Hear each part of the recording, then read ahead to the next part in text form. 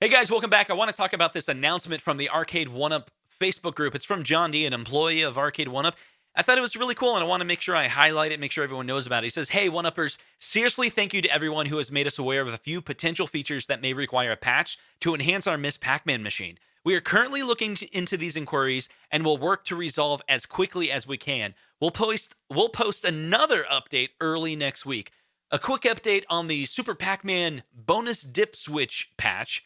This is currently in development and hope to have a patch within the next 3 weeks. It will include graphics toggle options and other stuff. More info about the patch coming soon." So why are they doing this and why is it a problem? We basically saw an update from them last week to fix the Super Pac-Man machine, which had a couple issues, and so they fixed that. It's with the button mapping. So anyone who purchased that will want to go over to Arcade1Up and download the software patch. That's right, these units can be firmware updated with a USB cable and a PC computer. You just follow the steps. It's pretty simple. Because when I got the 40th Pac-Man unit, it had some problems, right? The biggest issue that I didn't like about it was it had this smooth filtering or bilinear filtering on the unit itself. It made everything look a little bit blurry. Now, this is something that Arcade1Up had never done in the past. I'm not sure why they ever did it on this newer generation of Pac-Mans, but some people were thinking that it was actually a hardware problem. But I'm here to tell you, all of this is software that can be fixed in the firmware. Same with the sound issues. To my understanding, there's no problems with the speakers or anything. It's all with what setting they used in the emulator. When they actually launched the emulator and the ROM, there's a couple different settings that you can pick, and it looks like they picked the wrong one. Maybe they had a little bit of quality issues, but with the software patch, they can correct that.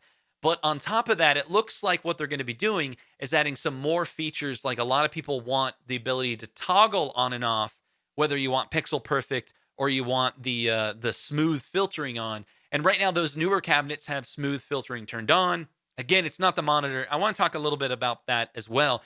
So we go back to the first generation Arcade1Up cabinet. First of all, the monitors were lower quality. And second, the output from the PCB actually was analog out, and then it went into a converter that upscaled it to digital. So that process actually added a little bit of noise. So you can see that when you play, like, say, a Final Fight on a dark screen. Once you see the video, like the bright Final Fight video, you can't see really any issues. It's not really a problem. But when it's completely dark, you can kind of see a little bit of noise and you can see a little bit of light bleed. Fast forward to the third generation Arcade1Up cabinets, like your Marvel superheroes, the Teenage Mutant Ninja Turtles. These they hit out of the park. Like, didn't have any settings issues.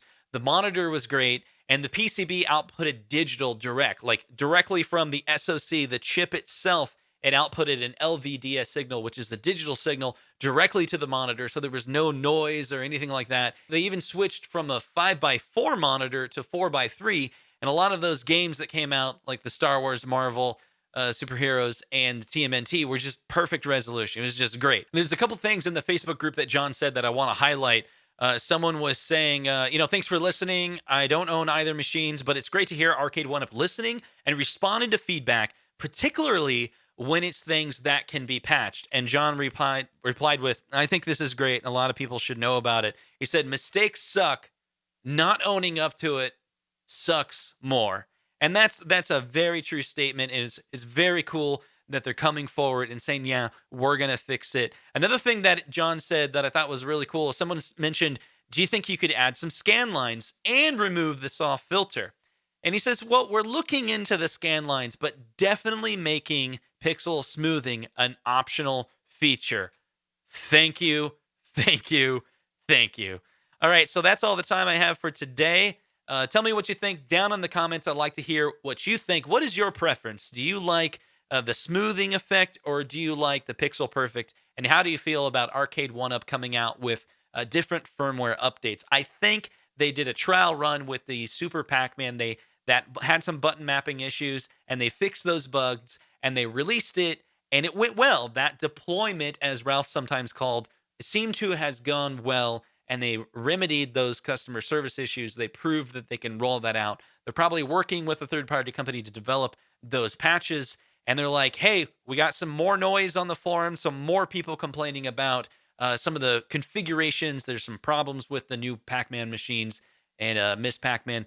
Let's go ahead and fix those as well, since we already proved that this deployment is working." So that's all I have for today. Thank you so much for watching, and hit subscribe. Make sure you check your notifications. Make sure they're set to the preference that you enjoy. And don't forget, every Sunday, 4 p.m. Pacific, we are live with Retro Ralph on the One Up Weekly channel. And we'll see you guys on the next one. Take care, guys.